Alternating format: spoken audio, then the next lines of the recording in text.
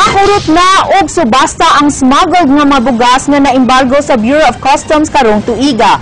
Mikabat og kapin 800-150 milyones pesos ang kita sa customs sa upat ka mga bidding gikan sa kapin sa 1,000 ka mga container vans nga gisudlan sa bugas. King Perez, Sugin Limi.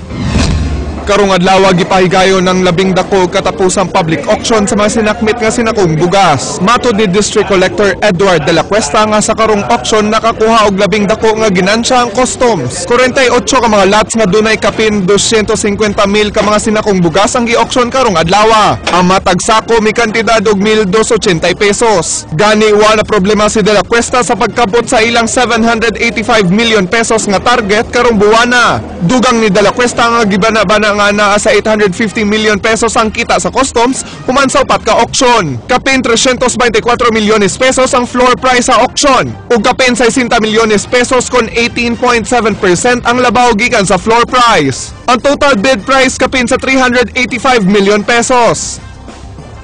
Very much elated and at least malaki itong percentage na increase namin. Could you imagine 18.7% compared to mga previous, mga naglalaro lang kami sa 4.5 to 6%.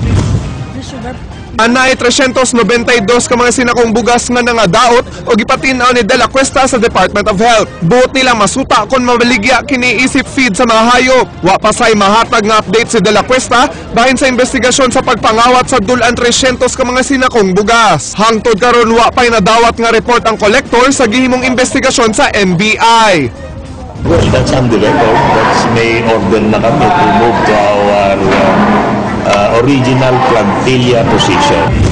Si de la Cuesta mo report na sa customs sa naiya sa kauluhan sugod karong Setyembre 27. Kabahin kini sa gipatuman nga reshuffling sa Bureau of Customs. Bisan sa mga kontrobersiya nga giatubang sa iyang buhatan sulod sa siyam kabuan isip District Collector, mapasalamaton si de la Cuesta sa iyang mga sakop. Well, I find the personnel here very supportive and cooperative sa mga policies ko na ginawa rito. They were very supportive and cooperative. King Perez, News 5.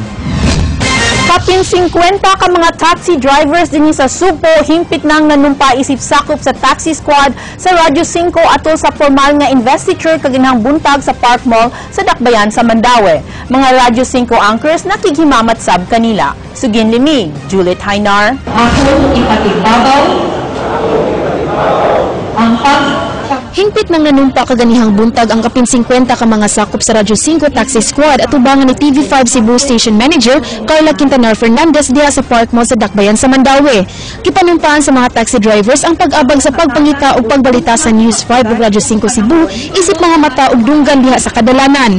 Ilang gihangop ang maong bag-ong responsibilidad nga gitugyan kanila sa news and information sa TV5 isip mga citizen journalists. Ato silang pasaligan nga ang itiro organisasyon sa Radyo 5 musuportar gid nila pinako kay kanila og matabang sa ato matampo sa atong misyon pagpahibaw sa katawhan kun unsa ang mga butang nga dunay kalabutan sa interes sa lungsod. Nakighimamat usab sa mga taxi drivers ang mga angkor sa Radyo 5 Cebu nga silang Titus Borromeo ug Leslie Caminada Vestil sa programang Good Morning Cebu nga madungog matag alas 5:30 sa buntag hangtod alas 7 sa buntag. TV5 reporters nga silang Andrea Patenya ug Dennis Tanok nga mo'y mga angkor sa mga balita sa Radyo 5 matag alas 7 hangtod alas 7:30 sa buntag. Ug silang Attorney Frank Malilong Jr. ug Attorney Omar Ridula sa Frank Kahita ug tambag ni Torny. Gipasalig sa haligi sa Radyo 5 Cebu ngadto sa mga sakop sa taxi squad ang iyang pagtabang sa ilang mga problema isip pagpasalamat sa ilang pagpangalagad sa Kapatid Network. Sa kadaghan nga mga media usa lang kinilang TV5 na naghatag ng pagkabana namong mga driver. Gawa sa mga sakop sa taxi squad, mahimo usab mo report ang bisan kinsa sa News 5 pinaagi sa pagtawag sa hotline nga 520-1771 ug pag-text sa numero nga 0933-455-7809 ug 0927-973-1939. Sa pagkakaroon, dunay kapin 500 ka mga sakop ang Radyo 5 Taxi Squad gikan sa Metro Manila, Metro Cebu ug Metro Davao. Inyong mabati ang mga programa sa Radyo 5 sa 101.9 sa dial sa inyong FM radio. Todo, Julie Tainor, News 5. Okay, team, follow my command. Get in position and wait for my go. Go, go, go! I'm in position. Okay, let's go. Go, go, go! Human sa napo kaadlaw nga suspensyon, nakabalik na sa ilang operasyon ang Zamboanga International Airport. Samtang Presidente Aquino mibisita sa airport ug bipahigayon og usa ka press conference. Dinhi ang gibutyag nga andam siyang makigdegosasyon sa MNLF apan di siya makapasalig nga hingpit nang mawagtang ang terorismo sa nasod. Kagalinang buntag, unang miabot ang eroplanong Cebu Pacific gikan sa Ninoy Aquino International Airport. Og pagka alas 11 kaninang buntag, mibiyahe ang Cebu Pac pabalik didto sa Kauluan. Mga pasado alas 11 usab biabot ang Philippine Airlines gikan sa Kauluan og pagka alas 2 karong hapon mibiya na sa Zamboanga paingon sa Manila ang PAL.